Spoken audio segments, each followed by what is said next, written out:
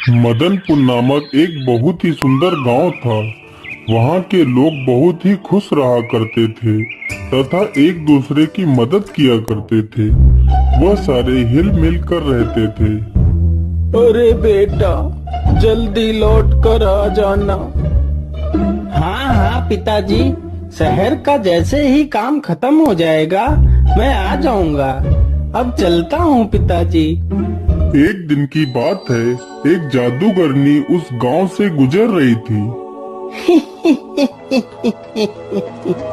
इतनी सुंदर नगरी, इतनी सुंदर नगरी तो मैंने कभी नहीं देखी। क्यों ना मैं इस नगरी को अपने वश में कर लूं और यहाँ पर अपना महल बनाऊं और यहाँ के लोगों को अपना गुलाम बना लेती हूँ। फिर जादूगरनी उस गांव पर अपना काला जादू कर देती है और गांव के लोगों से अपनी सेवा करवाती है। अरे ओ बुड्ढे, तू आज मेरे लिए आम के मीठे मीठे फल ले आ। मुझे आज आम के फल खाने का बहुत मन हो रहा है।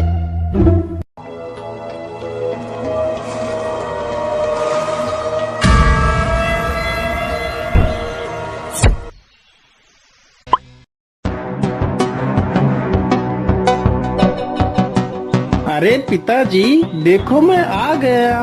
आप इधर कहाँ जा रहे हो? आप कुछ बोल क्यों नहीं रहे हो? आपको क्या हुआ पिताजी? अरे ये क्या, पिताजी कुछ बोल क्यों नहीं रहे हैं? आखिर यहाँ क्या चल रहा है? मुझे इसका पता लगाना होगा। लेकिन पिताजी इस ओर कहाँ जा रहे हैं? चलो देखता हूँ।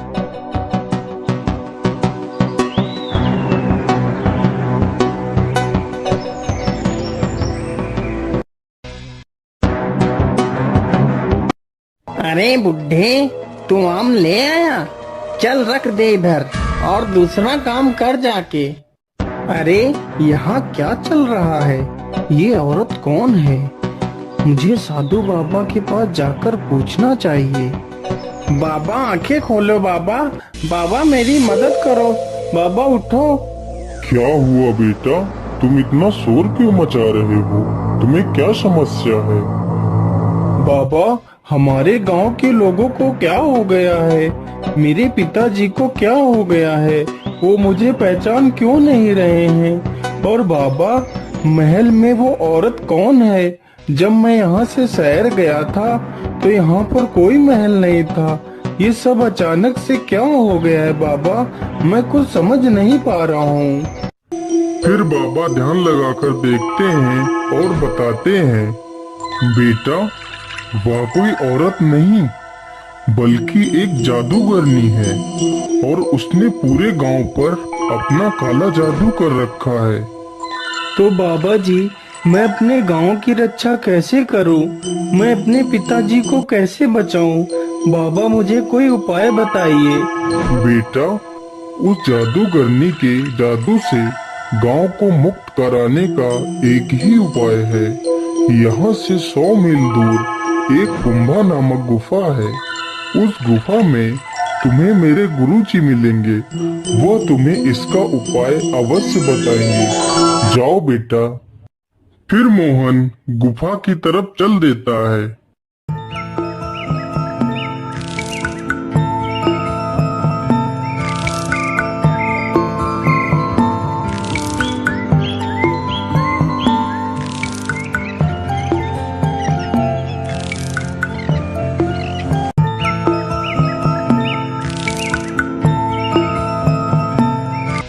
मोहन गुफा में पहुंचकर साधु बाबा को सारी बात बताता है। बेटा ध्यान से सुनो, यहाँ से कुछ ही दूर पर एक जादुई पेड़ है। उस पेड़ में ही उस जादूगरनी की आत्मा है। अगर तुम उस पेड़ को नष्ट कर दो तो उस जादूगरनी की मृत्यु हो जाएगी और तुम्हारा गांव काले जादू से मुक्त हो जाएगा।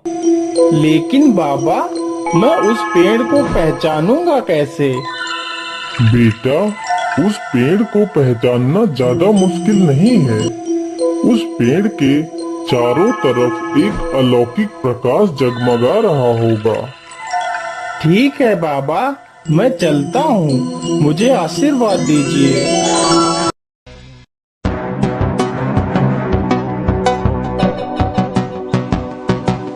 मुझे लगता है कि वह जादुई पेड़ यही है जो बाबा ने बताया था।